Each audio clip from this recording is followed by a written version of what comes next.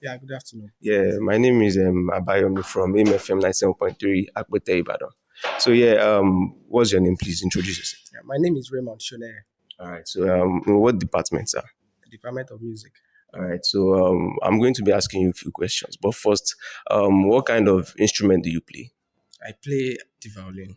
Okay. What other ones do you like? Do you think you are good at?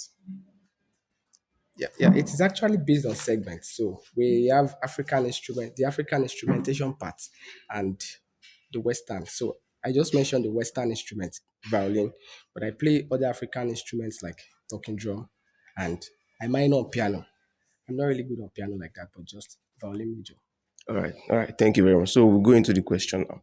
So the first question is going to be: Do you think studying music academically makes someone appreciate music differently? Yeah, of course. And I love the English you used. Appreciate music differently. So it means that understanding the idea that music, we appreciate music. And doesn't mean that we tell music thank you. But it is a way that we listen to music differently. For you studying music, we treat every note as intricate. We treat every note as important. So how I, as a music student, will listen to a music, no matter the genre of the music, how I will listen to the music and how the music will communicate to me will matter, and it's going to be um like into the depth rather than just someone who, maybe by talent or by chance just know how to play an instrument. All right, thank you very much. That's a very good one. So, going to the second one. Do you think the music we listen to says something about who we are? Yeah, actually, and that's why it's good to be in a space like this. Okay. University of Ibadan, we do something that we call sociology of music. And for sociology of music, we understand, we try to question, we try to look at how music shape people's identity. And we look at music and political environment. So for what you're asking me now, you're asking me about music and identity. Yeah. So I used to say for a fact that the kind of listen, if I look at your Spotify playlist or your Apple Music playlist, I can tell who you are because the kind of music you listen to actually defines you. Do you understand? So for your question, I rather say yes. That the kind of music that you listen to defines, shows your identity. All right. Thank you very much. So, to the last question, it's concerning the Afrobeats and all genres of music we listen to these days. So, do you think Nigerian artists are producing more meaningful music today than before? Mm, for are you speaking specifically on Afrobeat? Because now that we're in the, should I say, avant-garde era, we are in this era where it is not just only Afrobeat we have now. Yeah, sure. We have Afro Soul, we have Afro, we have Ote, we have Sunday. There's this music that they say Sunday School. There's a lot, and everything actually sprang up from Afrobeat, right? So if we are looking at it from the direction of Afrobeat as the umbrella, I'll say now that musicians this time, or singers, Afrobeat singers this time, now they have wider exposure and wider experience. I will take Ashake for instance. Ashake now incorporates the use of orchestra in his music. We look at Adekunle Gold's recent concert in Canada, I think in Toronto or Yeah, symphony. Ontario. Yeah, he used a symphonic orchestra as well. So now in this present time, we now see how Afrobeat has now evolved, and Afrobeat doesn't just say, they don't say, okay, it's just about beating drums, beating bongos, and everything alone. So now we now incorporate orchestra instruments, in cooperation with African instruments. So, like now we're having this kind of syncretism. I can't say syncretism in that sense, but we say having cross culture. Yeah, so cross culture in orchestras, in standard orchestra, Western orchestra, there's no talking drum. You get it is just only these four classes of instrument, the strings, wind, and but now Afrobeat has now tried their best to merge the Western orchestra and also put elements of Nigeria, the Nigerianness in us in it. Thank So you. Yeah, yeah. So give us a glimpse of your instrument, the one you play. Yeah. Let's see how it is. what do you how do you know I can play? Well, you give us what you have. You are in the music school, so you expect it to play. So just Uh, yeah, I don't know, but I don't know what to play. just random. Joe Joseph. I'm a music student, 300 level. Nice to meet you. And please, what type of instrument do you play? Do you play instruments? Yes, I play violin.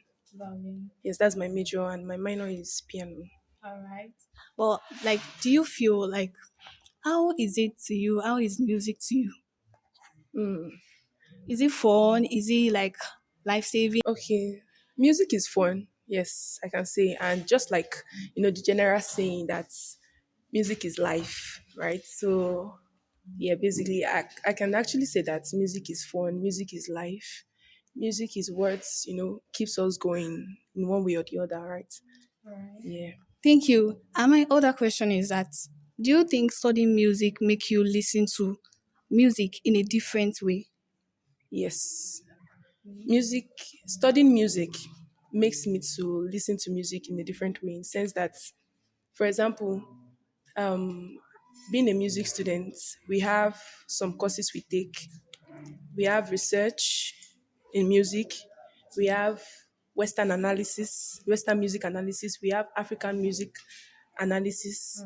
We have basic music appreciation, right? So a lot of them, I cannot even start counting, right?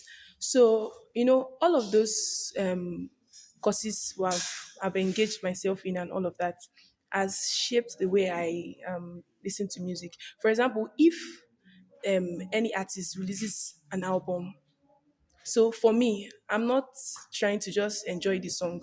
I'm also doing a critique of the song, yes. So trying to see what was the artist's maybe point of view before releasing that song, or what's this song doing, like what's the role this song is playing even to the society, that kind of thing. Yes. All right, thank you for the answer. And my last question is this: do artists have a responsibility to use their music to address the society issue, like the issue in the society? Do artists have the responsibility to do so? Yes. Well, yes, actually, why I said yes, because I can, if I like, correct, these songs that we call evergreen, they are actually songs that speaks volume of the kind of attitude we ought to live as humans. You know, like the likes of Ebenezer Obey, Sonny Ade, and all of them like that. The context of their song, like the lyrics, it contains societal values, what we need to as maybe as a child that is growing up, Growing up, the kind of attitude you need to imbibe, the culture, like yes, learning and everything. learning. So it's just like a oral tradition that is passed down from generation to generation, and even we in this generation, we are still like learning on those songs. So as an artist, it's not just about your feelings or about how you feel at that moment.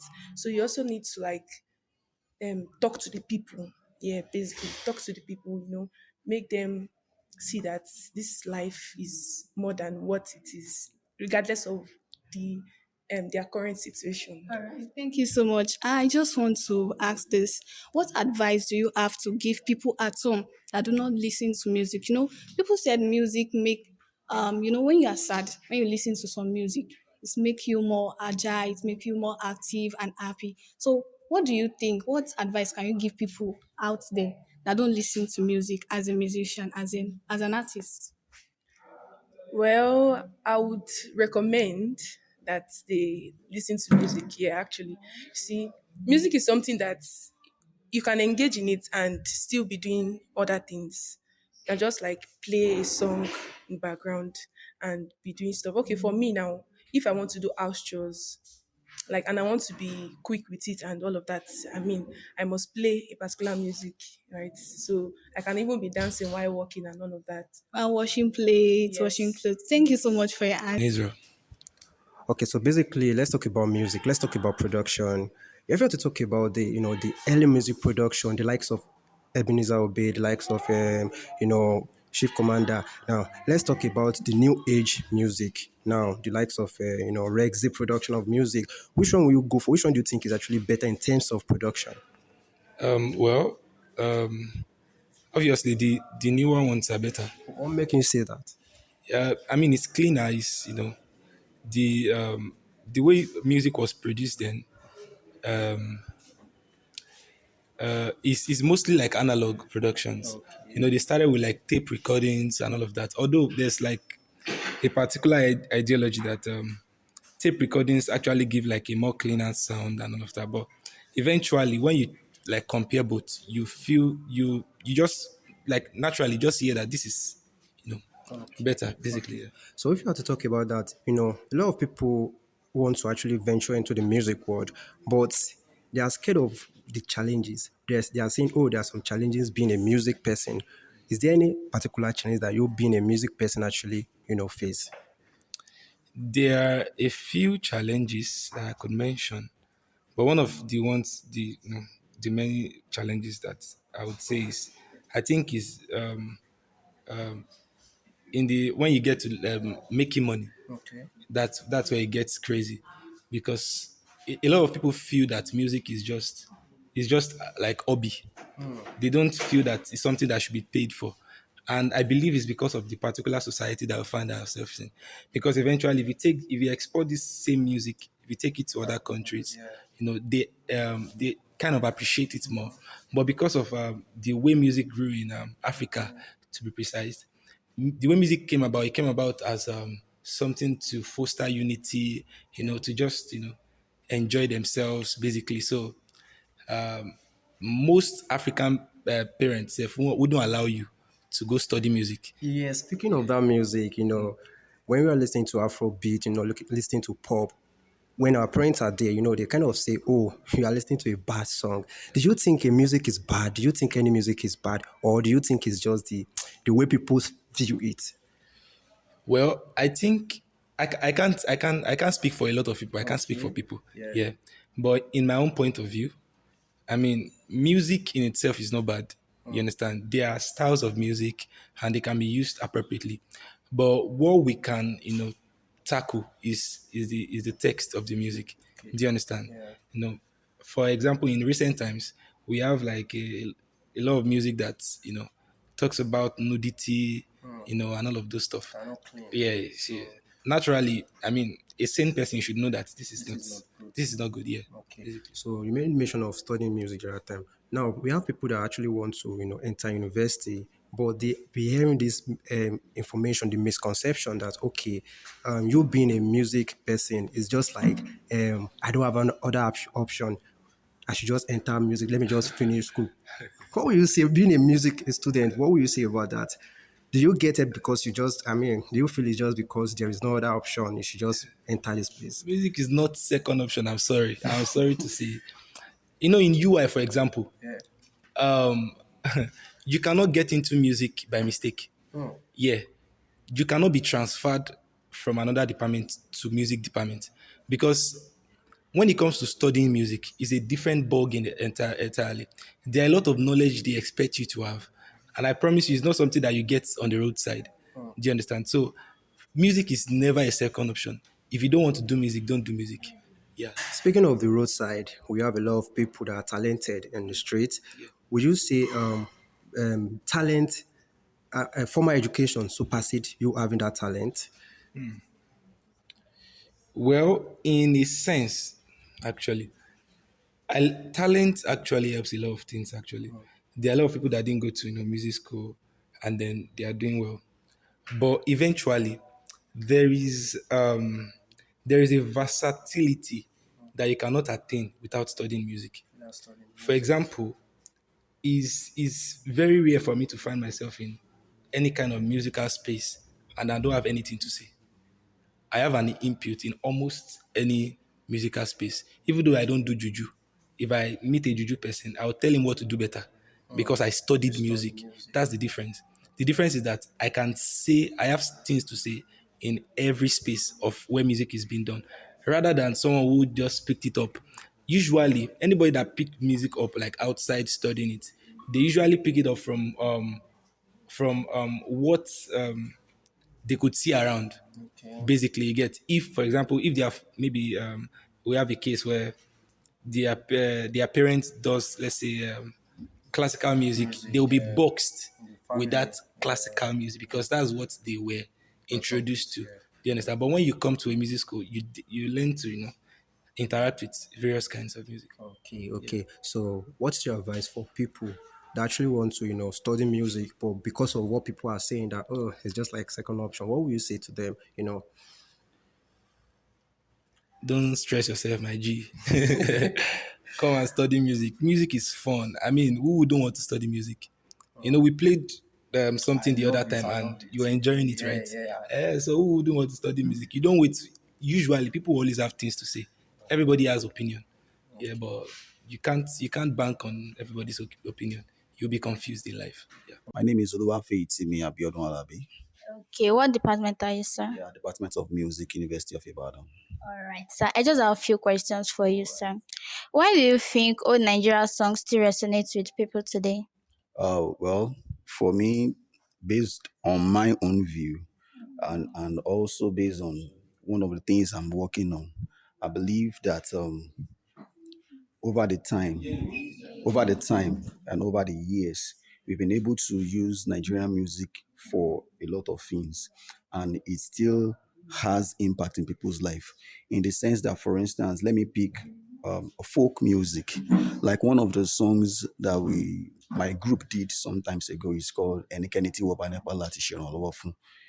I built something around. I did some work around that particular theme, and the moment we started singing the song and we're bringing a lot of things together, and the moment we pick up that song, it's everybody just started singing the song all together. So we could know that no matter how other things are coming in into the space, we still have that part of it inside of us that yes, these songs, yes, it resonates well with us, and it goes on, and it's because of oral tradition that has been going on for years. I don't know the person, the composer of that particular song, but because of oral tradition that has been going on over the years, it is being passed on from one generation to another generation. So it resonates with us. For instance, for some people that do not know it, the moment you speak up that song, even if they don't know the entire song, just the fractional part of it, they are able to resonate with it. So till date, even till tomorrow, Nigerian songs still resonate. And if you look at what is going on around, you see some of these guys that make those content. You see that they can just go and lift one folk music, maybe from some years ago, from maybe like 20 years ago, and they will just do small skits with it. And before you know it, it becomes something that goes viral, and everybody starts going. Look at Files, Olamide and stuff that did Omode Meta and Shere. Omode Meta and Shere is not a new song; it's an old song. But the moment they pick it up and everybody listens, Okay, sorry. Should musicians prioritize artist freedom or give audiences what they want?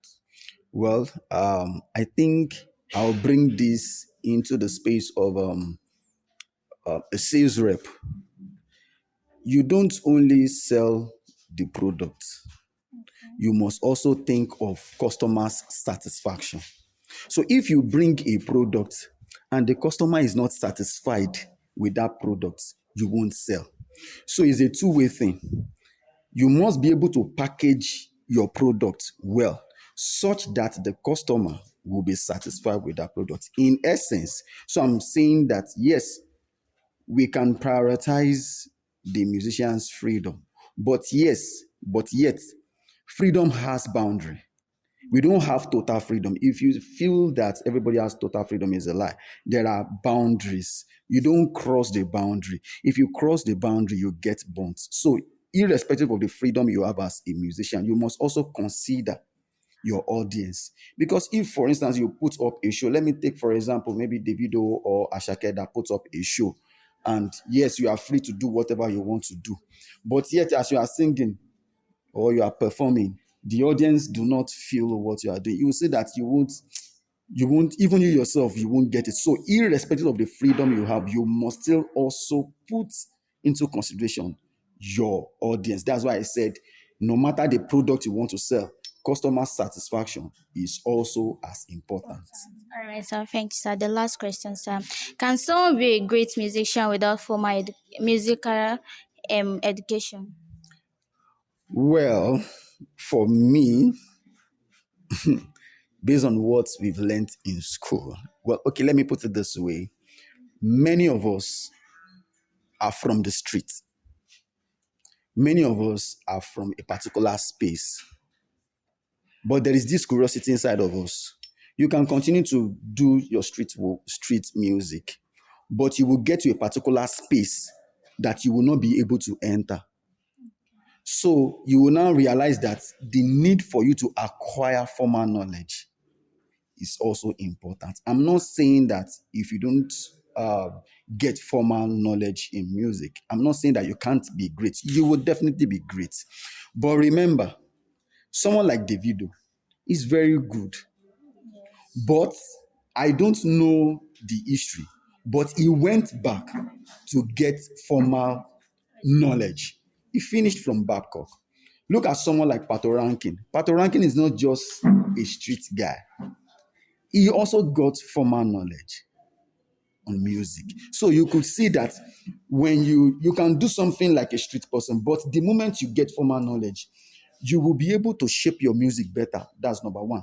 The kind of audience you will attract with your music. In fact, by getting the formal knowledge, when you get to understand the aesthetics, the way you will perform a music to the kings in the palace is different from the way you will perform a music to the guys in streets like Agege or Moshi.